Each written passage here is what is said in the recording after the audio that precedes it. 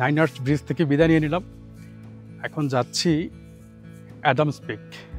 আমাকে ঠিক ওই যে দূরে যে পাহাড়টা দেখা যাচ্ছে, এই পাহাড়টাতে উঠতে হবে।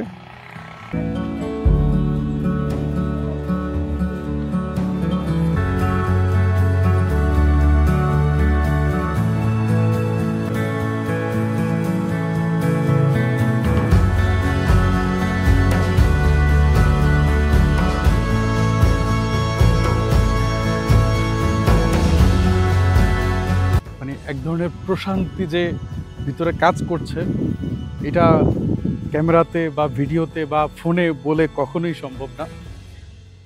এটার জন্য আসলে এখানেই আসতে হবে।